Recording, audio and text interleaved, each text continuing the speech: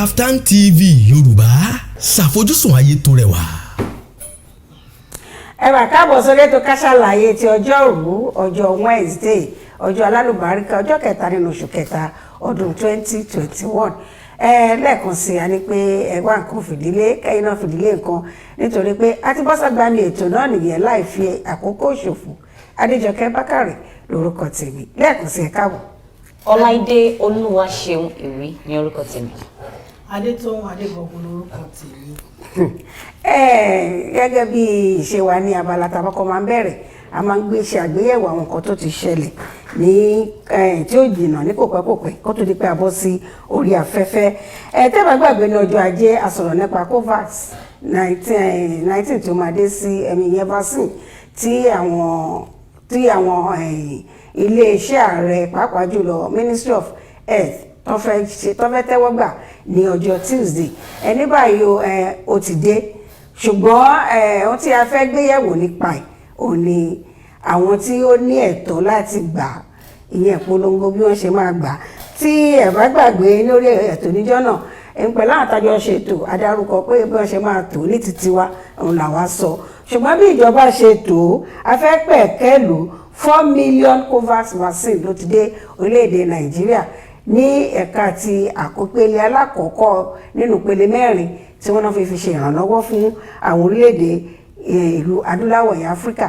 Ẹ jẹ́ ká kọ́ bẹ̀rẹ̀ báyìí jẹ́ kí n bẹ̀rẹ̀ látọ̀dọ̀ Láìdé. Kí ni ojúwòye ṣé ìpolongo tó tọ́ àwọn ìkíní àwọn olóyè kó gbà àwọn olólẹ́tọ̀ ó ṣe ẹ̀kan tó ní gbígbà 4 million péré. Ní tèmi o mi bá sọ wípé kọ́ńkọ́ bẹ̀rẹ̀ láti ọ̀dọ̀ àwọn olóṣèlú. Ìdí tí mo dẹ̀ fi sọ bẹ́ẹ̀ ni wípé ó ti pẹ́ tí a ti máa ń gbọ́ wípé vaccine ń bọ̀ pé abẹ́rẹ́ èyí tí ó lè dáàbò bò wá lọ́wọ́ àrùn kòrónà bó ń bọ̀. Àmọ́ àwọn èèyàn ń bẹ̀rù wípé báwo ni abẹ́rẹ́ àjẹsára yẹn irú ọmọ wo ló fẹ́ bí ṣé kò tún ní fa jàǹbá ṣé nǹkan tó máa ṣe ara wa lóore ni. Torí nígbà yẹn náà ni àwọn èèyàn sọ wípé kán kú bẹ̀rẹ̀ láti ọ̀dọ̀ àwọn olóṣèlú ká lè mọ bí iṣẹ́ ẹ̀ ṣe rí nígbà tó bá bẹ̀rẹ̀ láti ọ̀dọ̀ wọn kán ṣẹ̀ wá bọ́ sí ọ̀dọ̀ àwọn ará ìlú bẹ́ẹ̀ ni láti ọ̀dọ̀ wọn láti ara wọn láti máa mọ̀ bóyá ó ṣiṣẹ́ tàbí kò ṣiṣẹ́. Torí tá a bá wò nígbà tí àrùn kòrónà kọ́kọ́ bẹ́ sílẹ̀ ọ̀pọ̀lọpọ̀ egbògi ìbílẹ̀ òun ni àwọn tó mọ̀ nípa ẹ̀ ni wọ́n ti gbé jáde tó dẹ̀ jẹ́ wípé ọ̀pọ̀lọpọ̀ nínú wọn gan ìjọba ò fọwọ́ sí pé kí wọ́n fi ṣe ìwòsàn fún àwọn tó ní àrùn náà tó dẹ̀ jẹ́ wípé ọ̀pọ̀lọpọ̀ àwọn tí wọ́n ń lò wọ́n ń jẹ́rìí ẹ̀ wípé àwọn egbògi ìbílẹ̀ yìí wọ́n ń ṣiṣẹ́ tasha ń gbọ́ ni wípé ẹ̀dúró torí wọ́n ní ẹ̀wọ̀n nítorí wọ́n sì ń dúró kí wọ́n ṣe àwọn àyẹ̀wò kódà nígbà náà ẹni tó jẹ́ ọ̀gá àgbà àjọ NAFDAC Professor Mojísọ́lá nígbà yẹn wọ́n ṣe ìpàdé pẹ̀lú àwọn tó mọ̀ nípa egbògi ìbílẹ̀ tí wọ́n sì sọ wípé kán fáwọn ní àkókò àwọn fẹ́ ṣe àyẹ̀wò lórí ẹ̀ pé nígbà tó bá yá àwọn máa dá wọn lò ọ̀pọ̀lọpọ̀ àwọn tó wà ń lò wọ́n títí di àkókò yìí náà àìtí gbọ́ nǹkan so nísìnyí tí vaccine yẹn ti wá dé kán jẹ́ káwọn olóṣèlú kọ́kọ́ lò náà káwọn ará ìlú káwọn mọ̀ bẹ́ẹ̀ ni. ọ̀dà náà Adétóun kí ni ojúwòye sí nǹkan tí Ọláìdé sọ ṣé ká kọ́ bẹ̀rẹ̀ látọ̀dọ̀ olóṣèlú ni àbí ká tó bí ìjọba ṣe ní kàn tó. Èrò mi ni pé ńgbà tíjọba sọ wọ́n ní vulnerable people ló máa kọ́kọ́ bẹ̀rẹ̀ pẹ̀lú ẹ̀. àwọn ni vulnerable. Bí gẹ́gẹ́ bí ìjọba ṣe sọ wọ́n ní àwọn tó yẹ pé wọn ò ní àǹfààní sí oògùn wọ́n dẹ̀ ní coronavirus sí yálà yìí pé bóyá wọn ò ní owó ni àbí bóyá ìlera wọn kò dáńgájíá àwọn ni wọ́n máa kọ́kọ́ lò wọ́n dẹ̀ sọ tẹ́bàdẹ̀ wò population wa náà 4 million níbo ló fẹ́ dé kò débì kankan rárá nínú over 200 million so nǹkan tíjọba sọ lèmi máa fẹ́ tẹ̀lé tá bá ń wo pé bóyá àwọn tí a fẹ́ categorize gẹ́gẹ́ bí àwọn wo ni vulnerable àbáwọn tí ò ń ṣe vulnerable olówó mi gan jẹ́ vulnerable nígbà tí ò bá rí ìtọ́jú tó péye tẹ́bàdẹ̀wò nígbà tí ọ̀rọ̀ coronavirus sì bẹ̀rẹ̀ àwọn ilé ìwòsàn míì wọ́n ń charge million naira láti ṣètọ́jú àwọn state hospital wa wọ́n ń charge million naira kó tó dípò lè ṣètọ́jú rẹ̀ tó bá lọ sí any hospital jẹ́ state especially àwọn general hospital wọ́n á fún ẹ ní bíìlì oye tó máa san ni so tá bá sọ pé vulnerable kò ń ṣe pé àwọn tí ò ní owó nìkan ni àbí ẹni tó ní owó in as much as tó bá ti táyọ̀ bá ti wà fún ẹ láti ṣe ìtọ́jú tó péye fún ara ẹ̀ tó bá ní coronavirus àwọn ẹ̀ gangan ni àkọ́kọ́ vulnerable ká máa sọ àwọn tó yẹ pé à ń pè wọ́n ní masses àwọn tó yẹ pé wọ́n lè afford wọ́n dẹ̀ ti sọ náà rí pé mẹ̀kúnnù ó dà pé coronavirus ó láìkì àwọn mẹ̀kúnnù kò fi taratara súnmọ́ wọn àwọn tó wà lókè ni ó mú wọn àtọ́rẹ̀ ni mo sọ pé kó kọ́ bẹ̀rẹ̀ láti ọ̀dọ̀ àwọn tó wà lókè vulnerable yẹn lára àwọn tá a máa sọ pé wọ́n wà ní abẹ́ ìsọ̀rí rẹ̀ lélẹ̀. torí gẹ́gẹ́ bí nǹkan tí honorable ọlọ́run níbẹ̀ Mamora tó sọ péye kan sílẹ̀ oníkan bẹ́ẹ̀ látọ̀dọ̀ àwọn tí wọ́n ti ní gangan kankọ́ lò fún wọn bẹ́ẹ̀ kankan tó wá bọ́ sọ́dọ̀ àwọn arúgbó tó yẹ pé wọ́n fi bẹ́ẹ̀ lọ arúgbó náà bóyá bíi láti 60 bóyá 55 60 65 ẹ̀ wá ní pé lẹ́yìn ìgbà yẹn kán bọ́ sọ́dọ̀ àwọn health workers ìyẹn àwọn tí wọ́n mójútó wọn pọ̀ náà wà lójúkò tí àtúfẹ́ dàbí tó yẹ ká tó ń fẹnu tó yẹ ká fẹnu tó mọ̀ pé ká mẹ́nubà ó ní ṣe pẹ̀lú ìpolongo nípa vaccine yìí torí Ghana wọ́n ti bẹ̀rẹ̀ campaign nípa ẹ̀ Ghana ló kọ́kọ́ gbà. Ghana gan ti bẹ̀rẹ̀ sí ní fún àwọn ará ìlú láti ọjọ́ ìṣẹ́gun tó ní àwọn ní ilẹ̀ adúláwọ̀ tó kọ́kọ́ gbà bẹ́ẹ̀ látọ̀dọ̀ converse. ṣùgbọ́n kó tó gbà wọ́n ní kán ti ń ṣe campaign lọ lórí ẹ̀ nǹkan yọ̀kan tá a kàn gbọ́ látẹnu ọ̀dọ̀ ìjọba ó ní pé àwọn tí wọ́n lẹ́tọ̀ọ́ láti gbà ṣé ìyẹn ni ìpolongo tó yẹ kí ó ṣáájú wé bí wọ́n ṣe máa gbà á lẹ́sẹlẹ́sẹ kó gbé polongo lọ sórí rédíò tẹlifíṣàn káṣàlàyé ga àwọn àti ẹ̀fẹ́ lórí Kaftan TV tó lọ́tọ̀ wò ọ̀nà owó lẹ́rù kan lè gbà láti ṣe ìpolongo yìí ẹ kí ẹni tó ń kọ́kọ́ kó bá fẹ́ kẹ́ gbà lórí nílẹ̀rẹ̀fẹ̀. ìpolongo tó máa ṣe ó dá lórí wípé kán lo àwọn mídíà ta ní báyìí rédíò tẹlifíṣàn àti sọ́nà tẹ́lẹ̀ pé tí wọ́n bá lo àwọn ẹ̀rọ yìí láti fi ṣe ìpolongo fáwọn èèyàn àwọn míì wọ́n lè má mọ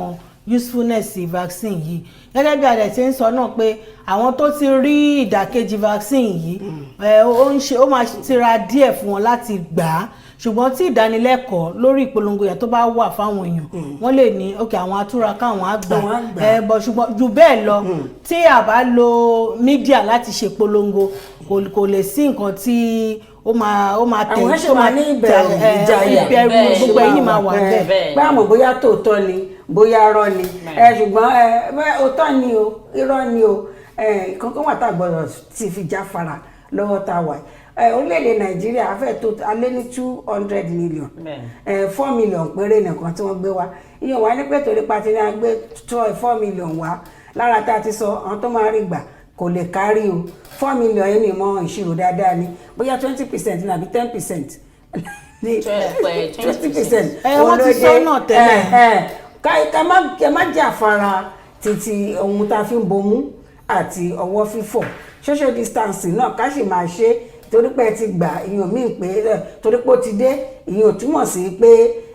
kájú aṣọ ògbómúnù. èmi náà tẹ̀ fọwọ́ fẹ́ sọ nǹkan yàtọ̀ sí convert vaccine tó wá síta yìí mo fẹ́ jẹ́ kí ìjọba tiraka kí wọ́n fi àyè sílẹ̀ fún àwọn tó mọ̀ nípa egbògi ìbílẹ̀ torí pé ká má parọ́ tanra wa kó tó di wípé ìtọ́jú aláìsàn ní ìlànà òyìnbó dé ó ti ní nǹkan tí àwọn baba ńlá wa tí wọ́n fi ṣe ìtọ́jú bẹ́ẹ̀ ni andison yìí ọ̀pọ̀lọpọ̀ àwọn àìsàn tó wà ń ta àgbo ìbílẹ̀ ń wò yàtọ̀ sí convax vaccine torí pé ìdí tí mo fi sọ pé kọ́ńjẹ́ kọ́ bẹ̀rẹ̀ láti ọ̀dọ̀ àwọn olóṣèlú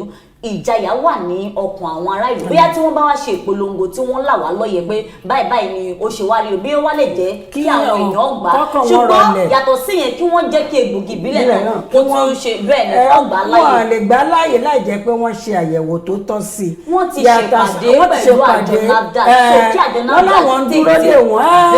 tètè gbé yàtọ̀ sí yẹn náà yàtọ̀ sí ìpolongo lórí rédíò àti tẹlifíṣàn national orientation náà local government kọ́nà bọ́ síta bẹ́ẹ̀ni àwọn ìjọba ìbílẹ̀ kọ́nà bọ́ síta láti ṣe àlàyé fún àwọn aráàlú wípé ògùn ti dé kí wọ́n àwọn tó bá ti ní pàápàá jùlọ àwọn tí ọjọ́ orí wọn wà níbi tí wọ́n sọ yìí kí wọ́n jẹ́ kí wọ́n lọ gbà á lọ́dọ̀ nílé ìwòsàn tí ìjọba fi òǹtẹ̀lù tó fàyè sílẹ̀ fún láti máa gbà á ẹ̀yìn la máa fi lọ sí ti abala ti àwọn jàǹgẹ́bẹ̀ tá bá gbàgbé àti sọ wípé jí wọn gbé wọn lọ kó wọn nílé ẹ̀kọ́ wípé ó ti ń pọ̀ jù ó ń ṣe lemọ́lemọ́ ní òkè ọ̀yà lọ́hùn wọ́n ní pé òwe Yorùbá kan ẹ má bínú ẹ̀yin ará ilé òwe tí mo fẹ́ pa yìí wọ́n ní gbogbo ọmọ tí atare bá kó lọ sójú ogun ni àbí sínú kòtò àbí sínú àpòdó wọ́n ló máa ń kó padà wọ́n ló máa ń kó padà. ìbéèrè ń sìn ni pé pápá ètò tí a súnmọ́ wa ní lọ́wọ́lọ́wọ́ báyìí wọ́n ní over 300 wọ́n ju 300 ọmọ tí wọ́n kó nílé ìwé yìí ṣùgbọ́n àtàndá padà mélòó ni? ìyẹn àkọ́kọ́ 76 péré. 76 ibo làwọn yòókù wà 279 ibo làwọn yòókù wà. ìyẹn ni a fẹ́ kọ́ fi ẹnu bà kó tó di pé ká tó wá gbé ìgbésẹ̀ lórí àwọn awuyewuye tó tẹ̀yìn ẹ̀ jáde. ńgbà tíjọba ní iye tó sọ fún wa ni pé ó lé ní 300 iye tó dá padà ó dín 300 ibo ni ká ti bẹ̀rẹ̀ ta ni ó ń ṣòótọ́ nínú àwọn tí wọ́n yán kó ọmọ àti ọtọ́nàdọ̀mọ̀ padà. gẹ́gẹ́ bí ìròyìn wọ́n ní 317 ni àwọn ọmọ tí wọ́n kó ṣùgbọ́n 279 péré ni wọ́n dá padà. tó túmọ̀ sí wípé 38 ṣíṣẹ́kù sí ọ̀dọ̀ wọn. tí a bá gbàgbé wípé irú ẹ̀ náà ṣẹlẹ̀ nígbà tí wọ́n kó àwọn Chibok girls tẹ́pẹ́ 276 ni wọ́n kó wọ́n wá bẹ̀rẹ̀ sí ní máa fi wọ́n sílẹ̀ ní kélé wọ́n kọ́ release 82 ìgbà tó yá wọ́n release 21 bí àwọn tó kù bọ́rọ̀ àwọn tó kù ṣe rí dèní kò sẹ́ni tó mọ̀ àgbà tó kó ti àwọn Dapchi girls náà òun náà mo fẹ́ sọ ti àwọn Dapchi girls náà 110 ni àwọn ọmọ obìnrin tí wọ́n kó àwọn 5 kú ní ẹsẹ̀kẹsẹ̀ ní ọjọ́ yẹn tí wọ́n jí wọn kó wọ́n fi àwọn tó kù lẹ̀ dísìn yìí ilé àṣàríbù wọn nítorí sọ pé wọn ò ní yí ẹ̀sìn òun padà kúrò ní kìrìsìtẹ́nì ọmọ yẹn ṣì wà ní akóló wọn dísìn ìjọba wa ni a máa bẹ̀ kí wọ́n èyí tó bá jẹ́ òtítọ́ ọbẹ̀ kí wọ́n sọ ìgbà míì wà tá a máa ń gbọ́ tó máa ń sọ wípé ìjọba máa ní àwọn máa fi àwọn Boko Haram tó wà nínú akóló àwọn máa fi wọ́n sílẹ̀ kí wọ́n tó lè release àwọn ọmọ tó bá dẹ̀ yá àti gbọ́ wípé wọ́n ti fi àwọn Boko Haram sílẹ̀ ṣùgbọ́n àwọn ọmọ kan wọn ì tí fi wọ́n sílẹ̀ àwọn Boko Haram á tún máa béèrè owó so ìjọba ni kó gbé ìgbésẹ̀ ohun tèmi kọ̀ mọ̀ ni wípé ohunkóhun tí ìjọba bá lè ṣe láti gba àwọn ọmọ náà sílẹ̀ òun ni kí wọ́n gbà sílẹ̀ torí àwọn òbí. ẹni tó ń èwo kí lè rògbà títí ní sí ẹbí tá a gbà. ní ṣókí kí ìjọba ṣe ohun tó yẹ kán ṣe gẹ́gẹ́ bí a ti mọ̀ ó ti pé 3 years tán ti ń béèrè ilé àṣàlẹ̀ tán ti rí bàbá wa Buhari dẹ̀ ti sọ wípé àwọn ọmọ tó ń kó lọ tó ń kó bọ̀ yìí eléyìí ni wọ́n máa fi ṣe àṣemọ́ bóyá ó máa jẹ́ bẹ́ẹ̀ bóyá kò ní jẹ́ bẹ́ẹ̀ kakáwọ́ ká máa wò ní títí tí nǹkan máa fi yàtọ̀. ká ní pé nǹkan máa fi ṣe ẹnu re torí nígbà tí bàbá náà máa sọ wọ́n náà bá wọn bí wọn yọ̀ àwọn ọmọ tí wọ́n dá padà wọ́n náà bá bí wọn yọ̀ eléyìí la gbọ́ látẹnu alukoro wọn Malam Garba Shehu tó sọ ṣùgbọ́n gẹ́gẹ́ bí tá a tún sọ ẹ̀yin òbí tí ọ̀rọ̀ yìí kàn bóyá tòótọ́ iye ọmọ tán kó ọmọ tán náà kó 317 ṣé àwọn tí wọ́n ti rọmọ wọn yẹn kí wọ́n kú kọ́ bọ́ta pé tòótọ́ àwọn ò tí rọmọ àwọn àbí tòótọ́ nọ́mbà tán fún wa kì í ṣe tòótọ́ iye ọmọ tán kó lọ kò tó iye tí wọ́n sọ pọ́n kó lọ ó lè wà lápò àlàfo méjèèjì bóyá ọmọ tí wọ́n kó lọ tí wọ́n sọ pọ́n kó lọ kò tó iye tí wọ́n kó lọ tó yẹ pé èyí tán kó lọ gangan náà dá padà tàbí àwọn tán kọ́ ọmọ lọ kán sọ pé ìrọ̀lẹ́ pa kó tó 300 iye tá a kó òun náà la dá padà nítorí nígbà tí gómìnà Bello Mutawalli máa sọ ó ní àwọn kan ni wọ́n láwọn mọ àwọn tí wọ́n wà ń di ìwà àbàjẹ́ yìí pé tó ń bá sọ jáde kì í ṣe àwọn ọmọ wọn ipe àwọn oníṣẹ́ láabi ní oníṣẹ́ láabi ẹ àwọn ìwà àbàjẹ́ àwọn oníṣẹ́ láabi ẹ ipe tó ń bá sọ jáde nǹkan dàrú nǹkan bàjẹ́ ṣùgbọ́n chairman Arewa Consultative Forum yẹn Chief Audu Ogbe ó ní kó sọ kí kákú fọ́ gbogbo ẹ̀ lójú irọ́ ni òótọ́ ni iye tán kó lọ èyí tán lẹ kó ọmọ lọ tó bá yẹ pé ètò ẹ̀kọ́ lọ́gbọ̀n lẹ dá padà ẹ sọ pé ń parọ́ mọ́ yín ni torí àtúrà ẹ̀pọ́ náà sọ pé ọ̀rọ̀ kan kọ́ ọmọ ní Òkè Ọya nílé ìwé sìn ó rí i pé wọ́n ti fi ń ṣe ìdókòwò tó péye ìdókòwò gidi tó péye ni ẹ jọ̀ọ́ ẹ bá wa ẹ̀yin náà sọ̀rọ̀ síta ẹkún bá wọn dúnàádúrà ẹ sọ̀rọ̀ síta pé rọ́nà pamọ́ ẹ kó tó 300 iye tẹ́ kó òun lẹ kó padà. àlejò fi yẹn rán ìjọba létí lórí ti ilé àṣàríbù ó ti pẹ́ tí ọmọ yìí ti wà nínú akóló àwọn oníṣẹ́ ńlá bẹ́ẹ̀ ni tábàdẹ́gbàgbọ́ ọ̀pọ̀lọpọ̀ àwọn Chibok girls tí wọ́n kó lọ́nà ọ̀pọ̀lọpọ̀ wọn ni wọ́n fún lóyún tí wọ́n bímọ kódà mo gbọ́ pé ìkan nínú wọn gan tó bímọ lẹ́yìn tí wọ́n filẹ̀ ó tún sá padà lọ bá ọmọ ẹ̀ so kíjọba wá nǹkan ṣe sí kí wọ́n gbogbo ọ̀rọ̀ à ń jí ọmọ léèwé kó lè ní à ń jí ọmọ léèwé kó lọ́la kí wọ́n tètè wá nǹkan ṣe sí. Ìgbà míì wà táwọn gómìnà ìpínlẹ̀ tó bá ti ṣẹlẹ̀ sí ló máa ń fi ẹ̀sùn kan àwọn ológun wípé torí àwọn ológun wọn kó àwọn òṣìṣẹ́ wọn kúrò níbi tí ẹ̀kan wà ló fún àwọn agbébọn láyè láti máa ṣiṣẹ́ ńlá bèèrè. So kí ìjọba ni kí wọ́n gbé ìgbésẹ̀ lórí ẹ̀ kí wọ́n bá wá nǹkan ṣe sí kọ́rọ̀ yẹn kó àwa náà níjọba gbogbo ara làjọ máa mójútó ààyè yẹn. Ara ààyè tá máa mójútó náà ni ohun tó ṣẹlẹ̀ nílé ẹjọ́ lánàá ní ọjọ́ Wednesday lọ́jọ́ Tuesday. Ó jẹ́ ohun bóyá ohun ìwúrí ni àbí ohun ìyàlẹ́nu àbí ohun kàyéfì nígbà tí Ọmọyẹlé Sowore tó farahàn nílé ẹjọ́ tó níbi tó ti ń jẹ́ ìgbẹ́jọ́ nípa ti Revolution Now crossover protest tí wọ́n mú fún ní ọdún 2020. Ǹjẹ́ kí ni ìdí tó fi di pé ó ń lọ sílé ẹjọ́? Ó gbé wọ́n ní Ifá priest native doctor ó tì lẹ́yìn wá síbẹ̀. Ẹjọ́ ẹ̀yin ará ilé ẹ láǹfààní láti darapọ̀ mọ́ wa. Ó jẹ́ nǹkan ẹ bá gbàgbé Ọmọyẹlé Sowore ó jẹ́ ká kọ́ bẹ̀rẹ̀ báyìí náà. Adétòun Ọmọyẹlé Sowore ó fẹ́ dupò ààrẹ pẹ̀lú àwọn akitiyan tó ń gbé ìgbésẹ̀ báyìí sí. À ń sọ lórí ètò pé ta ni àwọn olóyè ká fojú sùn ní ọdún 2023 láti jẹ́ ààrẹ wa lórílẹ̀‐èdè Nàìjíríà pẹ̀lú àwọn ìgbésẹ̀ tó ń gbé. Ṣé ìgbésẹ̀ tó tọ̀nà gẹ́gẹ́ bí ọ̀dọ́ àtẹni tó mọ òfin òun náà ń gbé? Olúkálùkù ló ní bó ṣe máa hùwà pẹ̀lú ẹ̀ náà. Àwọn kan máa nífẹ̀ẹ́ sí, àwọn kò ní nífẹ̀ẹ́ sí. Ẹni tó ń dupò ààrẹ ó máa ní àwọn supporters ẹ̀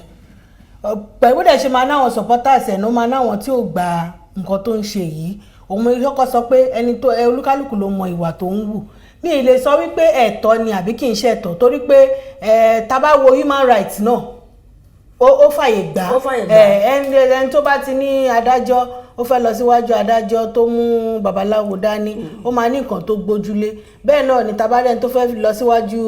adájọ́ tó mú pásítọ̀ dání ó ní nǹkan àbí àfà ó ní nǹkan tó gbójúlé. So mo yẹ sọ pé ṣe mọ̀ nǹkan tóun rò pé òun lè fi ṣe ìṣíwájú ẹjọ́ òun ló lò yẹn. Ṣùgbọ́n bóyá ó máa jẹ́ níta lè fojú sùn fún 2023 ìyẹn dẹ̀ kù sọ́wọ́ àwọn aráalé tó máa dìbò fún. Ọláìdé lórí ọ̀rọ̀ yẹn àkọ́kọ́ mo fẹ́ kí àwọn ọmọ orílẹ̀-èdè Nàìjíríà mọ̀ pé ẹ̀sìn pàtàkì mẹ́ta là ń ṣe lórílẹ̀-èdè. À ń ṣe ẹ̀sìn ọmọlẹ́yìn Kristi, à ń ṣe Islam, a dẹ̀ ń ṣe ti ìbílẹ̀. Ohun tí ọ̀nà tíyàn bá dẹ̀ mọ̀ ló máa tọ̀ nígbà tí ìṣòro bá dé. Mo mọ̀ wípé ọ̀pọ̀lọpọ̀ ló ti ń lọ lórí babaláwo tí Sowore gbé lọ sí ilé ẹjọ́. Àmọ́ mo fẹ́ káwọn èèyàn mọ̀ pé ọ̀nà tíyàn bá mọ̀ ló máa tọ̀ nígbà tí ìṣòro bá dé. Tó bá jẹ́ wípé pásítọ̀ ló gbé dání lọ sí ilé ẹjọ́ tó ń gbé báíbù dání ni kò ní sẹ́ni tó máa sọ̀rọ̀. Tó bá jẹ́ pé àáfà àbí imam ló tẹ̀lé lẹ́yìn tó ń gbé Quran dání kò ní sẹ́ni tó máa sọ̀rọ̀ torí pé ó jẹ́ ẹ̀sìn méjì tá à ń ṣe jù lórílẹ̀‐èdè yìí. Àmọ́ torí pé ẹ̀sìn ìbílẹ̀ kì í ṣe ọ̀pọ̀lọpọ̀ èèyàn ló ń ṣe ló fi dàbí ohun bàbàrà lójú àwọn ènìyàn. Ṣùgbọ́n kí àwọn èèyàn mọ̀ pé ó gbé babaláwo lọ sẹ́yìn lọ́lé ẹjọ́ kò sí ohun tó burú bẹ́ẹ̀ tó bá ti jẹ́ wípé ọ̀nà tó ń mọ̀ àti ohun tó gbàgbọ́ nínú ẹ̀ nìyẹn. Àti wípé agbẹjọ́rò rẹ̀ Masha Abubakar sọ wípé òfin fi àyè gbà wípé sì tó jẹ́ pé òfin Nàìjíríà ò sọ wípé pàtó ẹ̀sìn kan ni kí èèyàn máa ṣe. Ẹ̀sìn tó bá wọn oníkálùkù ló lè ṣe. Àní ẹni tíyàn bá ní gẹ́gẹ́ bí baba nígbẹ́jọ́ òun náà ló máa sátọ̀ nígbà tí ìṣòro bá dé. Nígbà tó tẹ̀fẹ́ búra nǹkan bóyá ó ní kan gbé. Òun tó kọ̀ wáyà mi lẹ́nu pé babaláwo yẹn ṣe ló ń mi ṣàwòrò tó wà lọ́wọ́ ẹ̀ tó ń jẹnu wúyẹ́wúyẹ́ báyìí nínú fídíò. Àmọ́ ọ̀nà tí Sowore tó mọ̀. Ẹ mọ̀ pé tábà gbàgbé náà ní àsìkò election àsìkò à ń dìbò ọ̀pọ̀lọpọ̀ àwọn èèyàn máa ń sọ wípé nítorí ìwà jẹgúdújẹrá tó wà lára àwọn olóṣèlú kí wọ́n yé lo Bíbélì àti Kùránì fi ṣe búra fún wọn. Ó jẹ́ ẹ̀kọ́ tó pa wá lẹ́yìn kọ́ yé búra fún wọn kọ́ máa gbé wọn lọ síwájú Ògún Ṣàngó Ọbàtálá. Ẹ̀rọ pọ̀ tẹ̀ bọ́ lọ ní kán mú bọ̀ fún wọn. Kọ́ mú bọ̀ fún wọn Ògún nìyẹn kọ́ máa fi bọ́. Kọ́ máa fi ṣe búra. Kọ́ máa fi ṣe búra àmọ́ ọ̀nà tóun mọ̀ lòun tọ̀ yẹn. Agbẹjọ́rò ẹ̀ Masha Abubakar sọ wípé kò tasẹ̀ àgẹ̀rẹ̀ sí òfin nípasẹ̀ bẹ́ẹ̀ ni. Inú wa gbé wọn bá ìgbà tí kò jẹ́ pé ìgbà tí yẹn débẹ̀ òun fi agogo àbí nǹkan kan dí wọn lọ́wọ́ kò dẹ̀ máa pọ̀fọ̀ kó máa disturb wọn. Wọ́n nígbàgbọ́ ẹni oníkíni o lẹ̀sìn ẹni ohun tí wọ́n bá nígbàgbọ́ nú ẹ̀ òun nìkan lò wọ́n lè nígbàgbọ́ èèyàn bá dáyàn lójú àbí oògùn ni wọ́n tó gbọ́n ẹ bá dá lójú àfi gbárí ni èyí tó dáṣòwò rẹ̀ lójú òun ló fi gbárí adájọ́ àtàgbẹjọ́rò àtẹ̀yìntẹ̀ ṣiṣẹ́ nílé ilé ẹjọ́ ìgbẹ́jọ́ ẹ má bẹ̀rù nítorí fọkànbalẹ̀ tẹ́ ẹ ní fún àáfàá tó wá tó ń fa tẹ̀sùbà àti pásítọ̀ tó gbé bíbélì ìgboyà tẹ ní ẹ̀nà àbí sẹ́yìn náà lẹ́rù ẹni kan nínú abọ́ yín ni tó ń bà yín lẹ́rù ìyẹn ní aníkà pẹ̀kẹ́lù ní abala ilé ní abala tí ó tẹ̀lé ẹ̀yà aráàlú nǹkan wà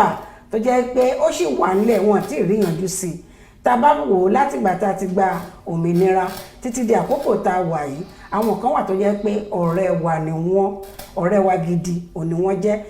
báwa ṣe wá jẹ́ ọ̀rẹ́ sí yín lórí ètò lónìí a máa gbé yẹ̀wò àwọn wo là ń sọ ẹ̀yin ará ilé má ti jẹ́ kí n tú afẹ́lẹ́lẹ́ agbára tá a bá padà dé a pẹ̀lú àlejò alámájọ kọ́wọ́ rìn wọlé tá a máa sọ nípa ohun tá a gbò tá a fẹ́ tú ẹ wá nǹkan fìdílé káṣàlàyé sì ń tẹ̀síwájú ẹ má bá wa bọ̀. Kaftan TV Yorùbá ṣàfojúsùn ayé tó rẹwà. ọlọ́pàá ọ̀rẹ́ aráàlú ọ̀rẹ́ ọlọ́pàá ní òpin ọ̀sẹ̀ tó kọjá kí ló ṣẹlẹ̀ ní agbègbè Ládìpọ̀ ní Òṣòdì ọ̀kan lára àwọn oníròyìn ti iléeṣẹ́ Vanguard newspaper ó gbọ́ tí àwọn ọlọ́pàá ń da àwọn agbègbè kan rú ìyẹn bí wọ́n ti ń ta ọjà mọ́tò spare parts ló bá gbọ́ wá sáyé lọ síbẹ̀ kó lọ ká ìròyìn sílẹ̀ bó ṣe débẹ̀ báyìí náà bá ra mú àwọn ọlọ́pàá náà débi pé wọ́n náà wọ́n já sí ìkan lára wa ní òpin ọ̀sẹ̀ tó kọjá ẹ̀ wọ́n ní ọlọ́pàá aráàlú ní ọ̀rẹ́ ọlọ́pàá àti bọ́ sí gbòòrò àlọ́gbé ọ̀kan lára àwọn tí wọ́n mọ̀ nípa ọ̀rọ̀ ohun tí a fẹ́ gbé yẹ̀wò lónìí àkọlé náà láti sọ síwájú yẹn àwọn ní comrade Babátúndé Olúwatósìn Jonathan wọ́n wà ní agodo pẹ̀lú wa bàbá bá a kí ara yìí. ẹ̀yà ni mo kí yín o àkó ojúmọ́ o àlàáfíà la máa jẹ́ o adẹ́kun ọ̀rọ̀ lu o. ọ̀rọ̀ lu náà ni lóríṣiríṣi ní gbogbo ìgbà nígbà la máa ń gbọ́ nípa ti ìwà tí ò tọ́ tí àwọn ọlọ́pàá ń wù ṣùgbọ́n tá a bá tún wò náà kì í ṣe ọlọ́pàá nìkan ló wà tí ò tọ́ ọlọ́pàá ṣe fìyà jẹ aráàlú náà fìyà jẹ ọlọ́pàá àti ohun èlò ohun àmúṣagbára tí àwọn ọlọ́pàá ní ṣùgbọ́n kó fẹ́ bẹ̀rẹ̀ lórí ọ̀rọ̀ pé ọlọ́pàá ọ̀rẹ́ aráàlú bàbá ẹ jẹ́ ká kọ́ ṣé tòótọ́ ọlọ́pàá ọ̀rẹ́ aráàlú ni wọ́n. bẹ́ẹ̀ni lọ́nà bẹ́ẹ̀ sì kọ́ mà tí a bá fi ojú ìwòye wò a ò lè máa retí ọlọ́pàá kó wá jẹ́ ọ̀rẹ́ adàlú tó lóun aráàlú a lè máa retí ọlọ́pàá kó jẹ́ ọ̀rẹ́ ọ̀daràn a lè máa retí ọlọ́pàá kó jẹ́ ọ̀rẹ́ adigunjalè gbogbo àwọn ohun tí a dẹ̀ dárúkọ wọn yìí aráàlú ni wọn so tá a bá wò dáadáa rí pé ní àwọn àyè kan ọlọ́pàá ò lè fara jẹ́ ọ̀rẹ́ wọn bọ̀ láwọn àyè kan ọ̀rẹ́ wa ni wọ́n jẹ́ àbí because tí wọn ò bá jẹ́ ọ̀rẹ́ wa especially lásìkò yìí ọ̀rẹ́ wa ni wọ́n àti miss mọ́ra wa gan àjọ ń sọ̀rọ̀ àjọ ń ṣe àjọ ń wọlé àjọ ń jáde láwọn ọdún mélòó kan sẹ́yìn nígbà táwa sì wà lọ́mọ ọwọ́ tá a sì wà lọ́mọ ìrìnsẹ̀ tá a bá gbúrò pé ọlọ́pàá ń bọ̀ tàbí àwọn ọ̀nà ọmọ kíyà ẹ̀túmọ̀ a máa tọ̀ sí kòtò ká tó sáwọnú yẹ̀wò ni. ṣe àwọn ọlọ́pàá náà ní ọ̀nà ọmọ kíyà ẹ̀túmọ̀ ọ̀nà pè ní mòpó they are more trained than the police. They are trained to control riots. Tí ìjàgboro bá wà tí àwọn ọlọ́pàá yẹn bá yọ ọlọ́kan nígbà yẹn wọ́n á túká ṣáàlì wọ́n tí bí ọmọ náà rí kí mẹ́nu dúró mẹ́kẹ́ rí àjọba tó bèèrè ìwé síwájú sí. tábàwò náà gẹ́gẹ́ bí iṣẹ́ ọlọ́pàá ṣe rí a sọ pé àwọn ló yẹ kó jẹ́ àwọn tó máa tọ́ni sọ́nà tàbárí ẹni tó ń fẹ́ kọjá òfin àbí tó ṣe nǹkan tó lòdì sí òfin ilé wa ṣùgbọ́n nísìnyí tẹ́ bá wo ìwà ìbàjẹ́ tó wà láàrin àwọn ọlọ́pàá nísìn èèyàn kan sọ ní tó bá gbẹ́jọ́ lọ sí police station ìwọ kọ́ ló jẹ̀bi o òmíyàn dání pé ẹni yìí ó jẹ̀bi kán bẹ́ẹ̀ pè lẹ́jọ́ tó bá máa fi kúrò ń bẹ̀ wọ́n máa yí ọ̀rọ̀ yẹn lé ẹ lórí ìwọ ló dẹ̀ máa jẹ̀bi ọ̀rọ̀ tẹ́ bá wò ó kí ni ìrísí ń ṣe àwa aráàlú la fàyè gba ìwà yìí ni àbí wípé ìjọba ò ṣe ohun tó yẹ kán ṣe ní ẹ̀tọ́ nípa láti rí wípé àwọn ọlọ́pàá wọn gba ẹ̀kọ́ tó dájú kán tó wọnú yúnífọ́ọ̀mù iṣẹ́ yúnífọ́ọ̀mù yìí láti máa ṣàbòbò àwọn aráàlú. àbúrò lára tí wọ́n kọ́ wọn kán máa wù níwà bẹ́ẹ̀. ẹ ṣe olóòtú ṣe rí ìbéèrè tẹ béèrè yẹn tí bá ní kí n yan ọ̀nà náà dáradára ẹ rí pé á gbà wá tó àìmọye oṣù. ṣe rí ẹ jẹ́ kí n sáré gé kéékèèké kó lè yé wa kó dẹ̀ lè yá àwọn tó ń gbọ́ wa àtàwọn ọlọ́pàá tó ń wò wá. ṣe rí ohun tí ìlú dà lọ́lọ́pàá dà tí ìlú bá da ohun tí ó dà ọlọ́pàá ò lè da ohun tó ọlọ́pàá dà. ṣe rí a kàn ń sọ pé ọlọ́pàá à ń sọ pé ọlọ́pàá ta ni ọlọ́pàá ń ṣe iṣẹ́ wọn ní ìfẹ̀yìntì ohun tí àwọn aráàlú bá fún wọn wọn kì í ṣàjẹ́ wọn kì í ṣoṣo. ẹ mọ́ nípa ìbéèrè kan ẹni tí ènìyàn bá mú yàn lọ sí àgọ́ ọlọ́pàá pé kán jẹ níyà irú jẹ níyàwó ẹni now ẹ ti wá gbàgbé wípé nígbà tí ìṣẹ̀lẹ̀ ṣẹlẹ̀ láàrin ẹ̀yin méjèèjì ọlọ́pàá ò sí ń bẹ̀ ẹ̀yin lẹ lọ report à ń pè kíní kan ní fact and truth of every case ṣé rí ọ̀pọ̀lọpọ̀ àwọn ènìyàn fúnra la mú iṣẹ́ kó difficult fún àwọn ọlọ́pàá má ṣàlàyé fún bó ṣe rí rí nígbà tẹ mú yàn lọ sí àgọ́ ọlọ́pàá tọ́lọ́pàá ò sí ń bẹ̀ gbogbo àwọn tẹ́ ẹjọ́ ń fà nílé kẹ́ ẹ̀ tó lọ ságọ́ ọlọ́pàá lọ́wọ́ ìdíṣọ́ bẹ́ẹ̀ lọ́fọ́ ọlọ́pàá mú àmàdébẹ̀ tí ó bá dójú ọ̀gbadàgbé gbogbo wọn ò nílé kọ statement wọn ò nílé tẹ̀lé yín mọ́ so ẹjọ́ yẹn ti ń kú already bẹ́ẹ̀ because kò lẹ́sẹ̀ lẹ̀ ohun tí ọlọ́pàá ń àtìlé lórí ni witness tí ẹ kó jọ tẹ́ ẹ wá fi ran àwọn lọ́wọ́ ó yẹ yín mà nígbà tí ò sí witness ọlọ́pàá ṣe lẹ̀ wọ́n á àtì lórí ohun tí wọ́n bá rí bẹ́ẹ̀ nípa ọ̀rọ̀ pé àwa ń béèlè yẹn àbéèlè èèyàn yẹn number one ọ̀pọ̀lọpọ̀ àwọn èèyàn náà la jẹ́ pé a kù díẹ̀ káàtó lórí issue yìí ọlọ́pàá fúnra wọn kì í ṣe saint do get my point ọ̀pọ̀lọpọ̀ àgbà bí ni wọ́n á ti ṣiṣẹ́ láti òru mọ́jú kẹ́ẹ̀ tó gbé kéèsì dé ó ti wà wírì ó ti rẹ̀ ó ti sú ẹgbẹ́ kéèsì dé ó kọ́lẹ̀ ẹlòmíín sùn mẹ́ let's appreciate them at times mo ń sọ lójú ẹnìkan ní alẹ́ àná ní tí ọlọ́pàá bá strike for 3 days ẹ̀yin ẹ̀ ní sunlé èmi náà ní sunlé there is going to be anarchy because ìbẹ̀rù kọ́lọ́pàá sì wá sí ìjẹ́ kí àwọn tó ń fùwà tí ò tọ́ yẹn gan wọ́n sì máa ṣẹ́ra ẹjá padà sí ìbéèrè yẹn dáadáa ok nígbà tí ẹ dé police station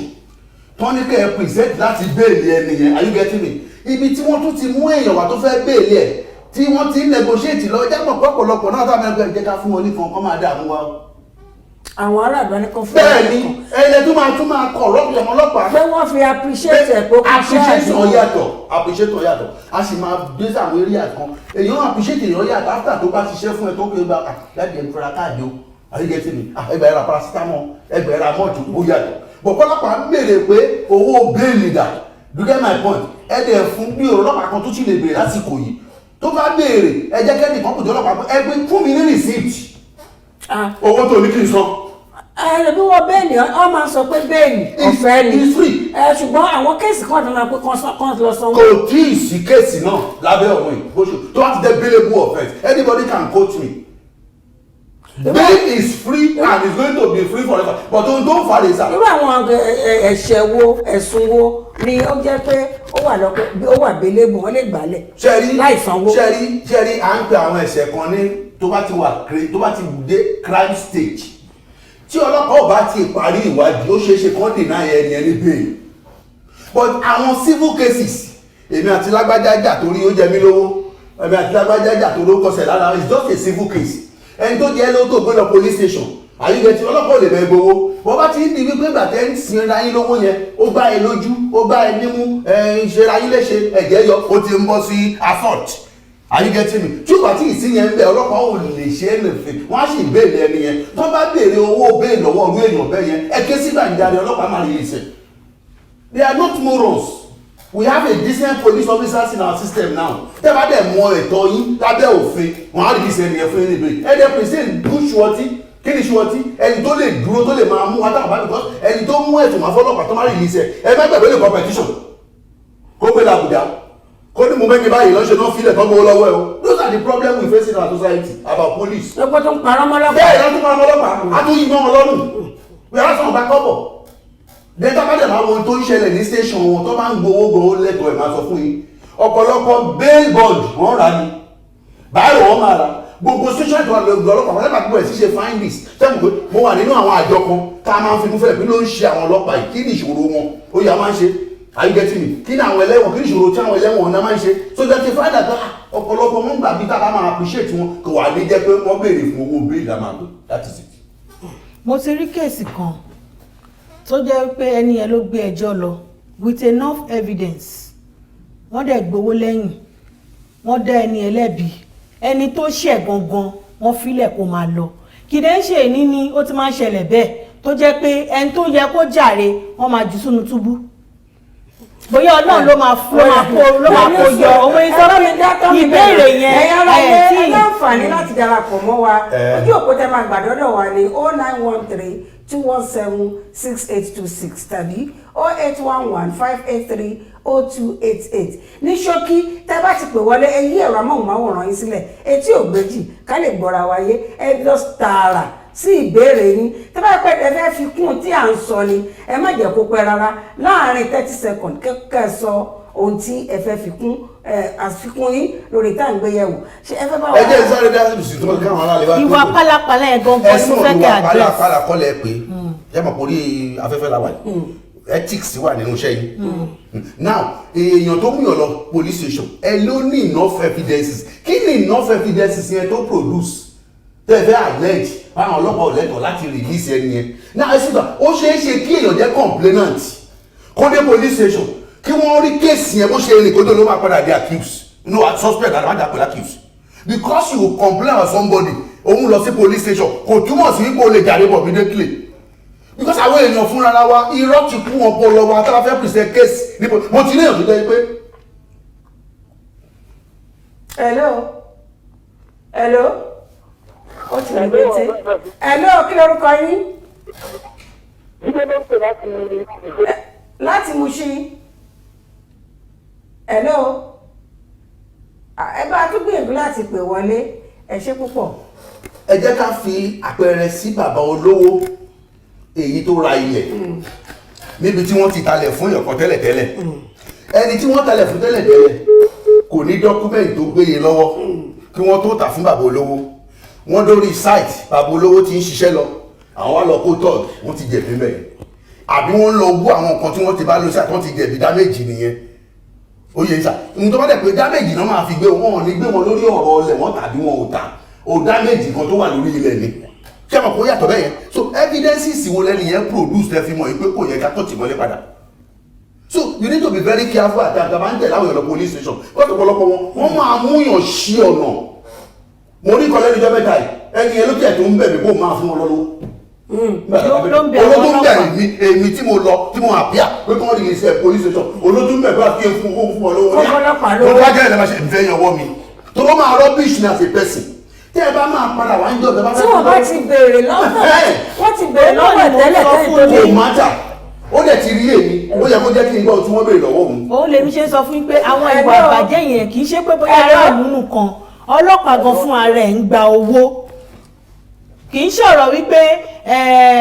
aráàlú ló fún lówó ń sìn ọlọ́pàá gan fún ara ẹ̀ ń gba owó láti yí kéèsì. ẹ̀sìmà ṣé ẹ rí ìtẹ́ ẹ̀sọ́ yẹn kò dá sí èmi lójú pé wọ́n yí kéèsì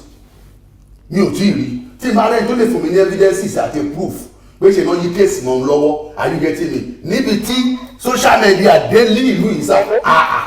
hello ẹ káàsán. jíde ló ń pè láti ìdérò èkìtì. láti ìdérò èkìtì. ó yẹ bá wa dá sí ẹkílẹ̀ fẹ́ sí sọ síta ìgbéyàwó. láti ìdérò ọ̀rọ̀ ọlọ́pàá tí ẹ̀ ń sọ lọ́wọ́ Bẹ́ẹ̀ni. ọ̀rọ̀ wọn kọjá bí ẹ ṣe rò ó.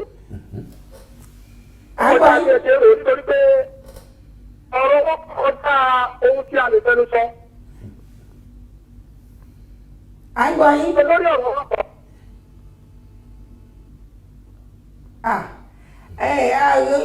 ọ̀rọ̀ yín ò fi bẹ́ẹ̀ jágere pẹ̀lú tẹ́ǹbà wọn sọ.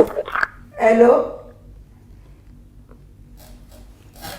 iṣẹ́ ẹni tí ẹ bá ń wò wá láìfù ní prógrámù yìí tẹ́ ẹ pé ẹ ń wò wá bẹ́ẹ̀ ṣe ń sọ̀rọ̀ ẹ ní lè béèrè tẹ́ fẹ́ béèrè bóyá kẹ́ ẹ bá ní ojú tẹlifíṣàn tàbí kẹ́ ẹ yí ẹ̀rọ amóhùnmáwòrán yín sílẹ̀ bẹ́ẹ̀ ṣe ń sọ̀rọ̀ àwọn náà lè gbọ́ra wáyé ṣùgbọ́n tẹ́ bá wò ìdílé díẹ̀ máa wà nítorí bó ṣe ń lọ gangan lẹ ṣe ń wò wá ẹ ṣe púpọ̀ tó bá gbìyànjú láti pín wọlé. ẹ jẹ́ kí n tún analyse àwọn nǹkan kan fún wa tó yé wa. Me as a driver on the road, mo ti mọ ohun tó yẹ kí n nínú mọ́tò, my vehicle license, my driving license, everything pertain to my motor. Are you getting me? Ọlọ́pàá dẹ̀ stop mi pé ó yá park. Ìsì jẹ́ ọlọ́pàá gan wọ́n ní psychology.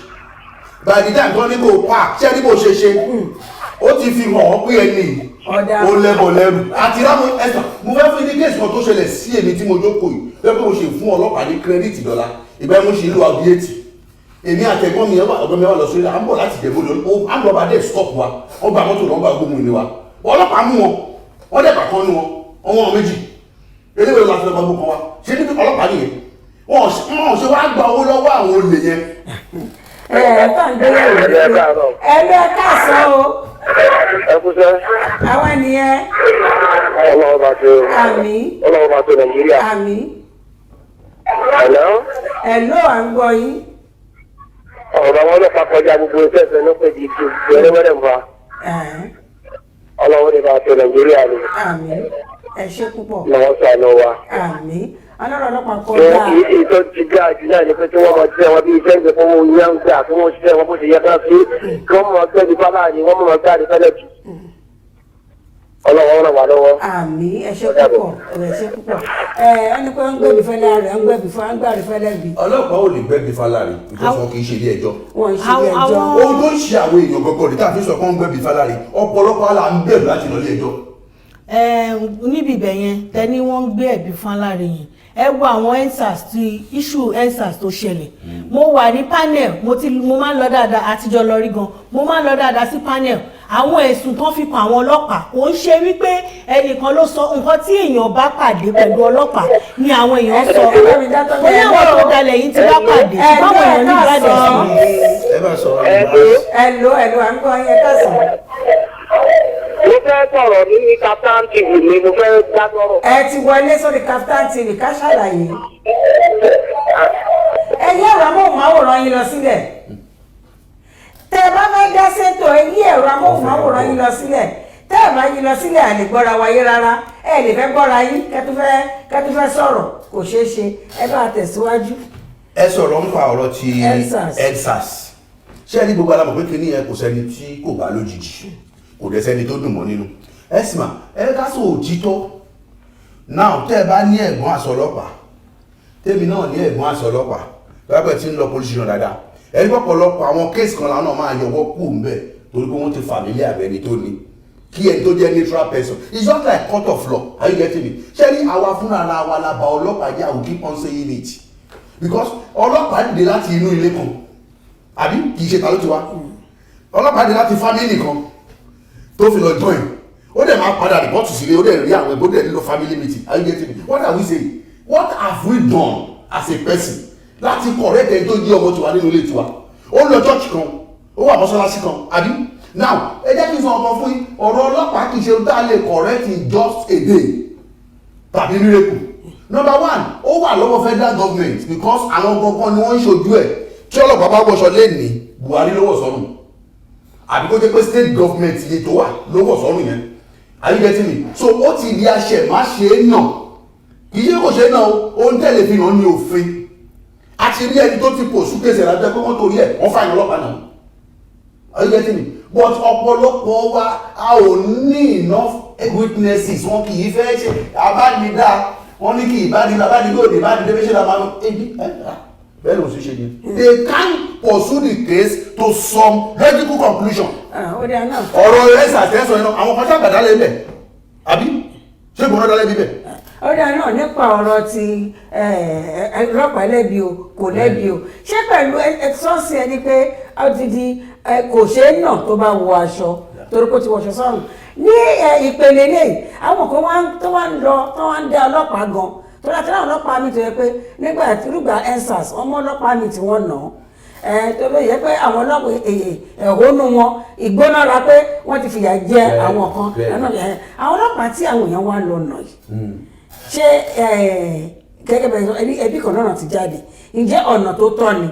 kò tọ́ ìyẹn ìkíní ìkejì àwọn oníṣẹ́ ọlọ́pàá irúgbà ensars gbogbo police station ni wọ́n sùn lọ́sùn àti mọ́tò. kìíní kan tí òye ò tí ìyé wa nínú ìlú ìrè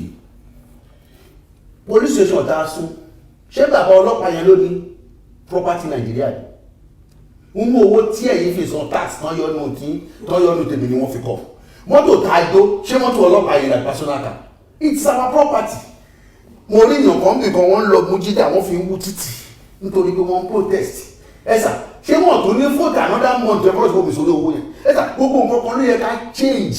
nínú ìlú yìí let the jail begin is a pity kò bẹ̀rẹ̀ pẹ̀lú wa the slogan is good but the government is not pursue it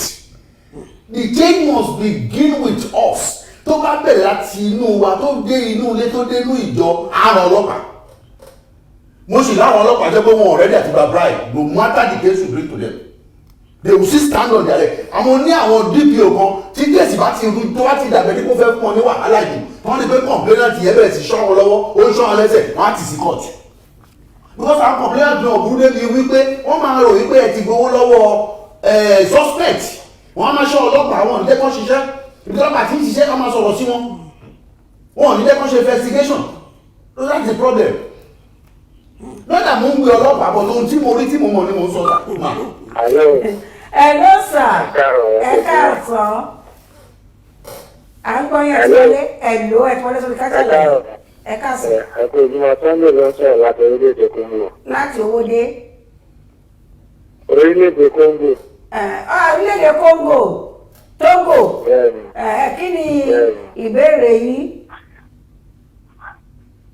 Hello ma. Hello sir. Hello. A ti gbọ́ yín láti orílẹ̀-èdè Congo. A gbọ́ yín sẹ̀, kí ni ìbéèrè yín? Ọlọ́run ló tó sà.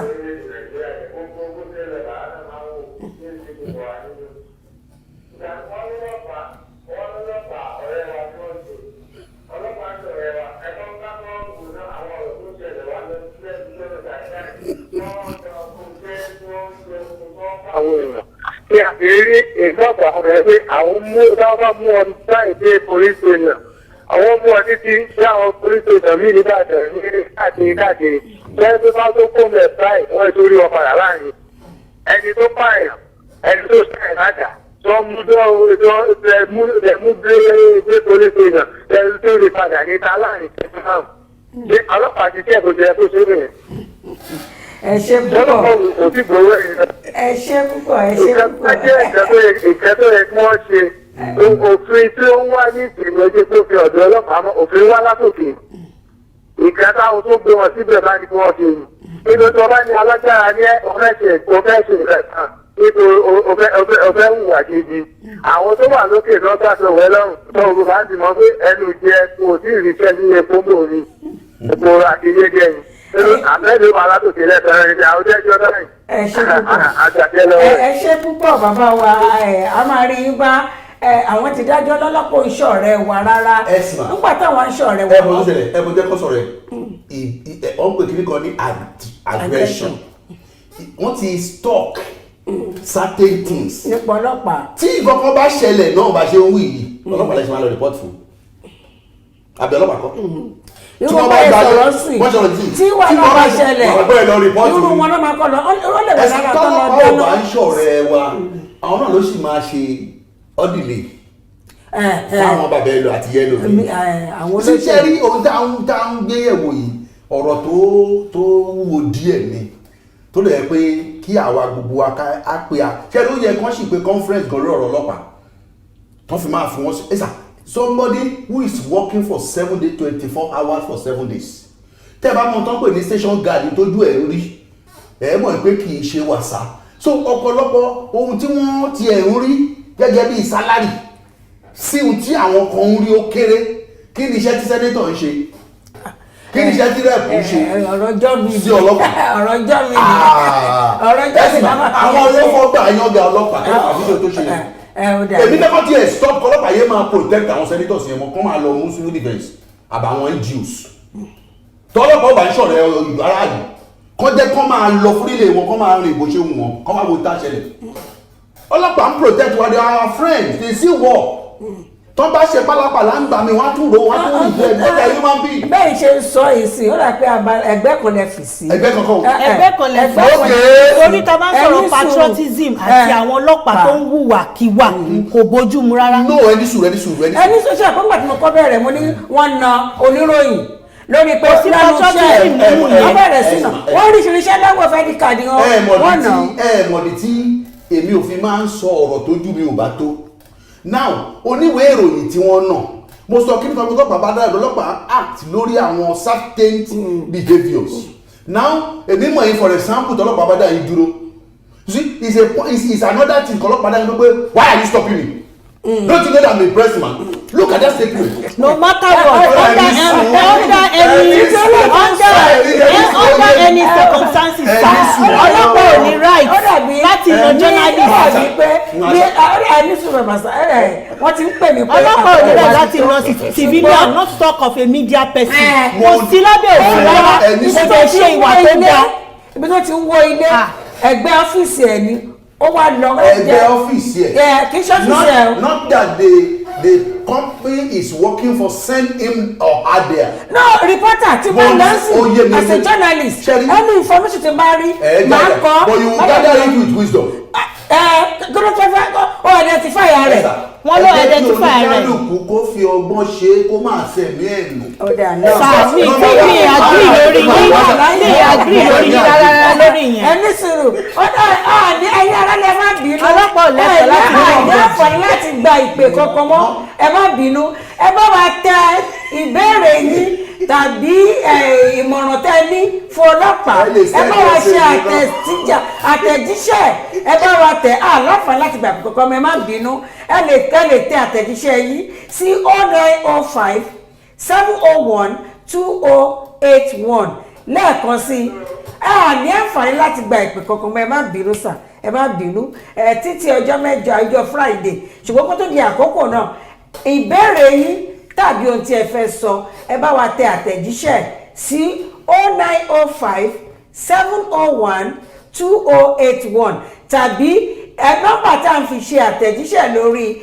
ìpolongo tí à ń polongo lórí ètò ìgangan ìyẹn lórí Ká Sálàyé bàbá kí wọ́n ní ọ̀nà àbáyọ àti ìparí ọ̀rọ̀ lónìí o ojúṣe ìpadàbọ̀ bóyá ẹbọ ṣẹ́rí wọ́n ti sọ abala bí tí wọ́n fi jẹ́ ọ̀rẹ́ wa tí n bá mú ẹ̀sìṣẹ́rí àwọn ni wọ́n fẹ́ gbà síbi tí n bá mú experience àwọn tí mo ti rí ìdí tí ọlọ́pàá fi jẹ́ ọ̀rẹ́ wa wọn ò ṣe kó kúrò because ìdí tó ń jẹ́ wa ni pé wọ́n wà nínú ẹbí kan wọ́n wà nínú society now the reason police was created is just to provide security for the life and property you get my point now ṣẹ́rí àwọn ọ̀rọ̀ yẹn ó wà interwoven èèyàn dẹ̀ ní láti wà very careful kéèyàn máa ṣe Ọlọ́run because ìdílé tẹ́bí náà bá jẹ́ ní tí ó jẹ́ pé mo wà níṣẹ́ ọlọ́pàá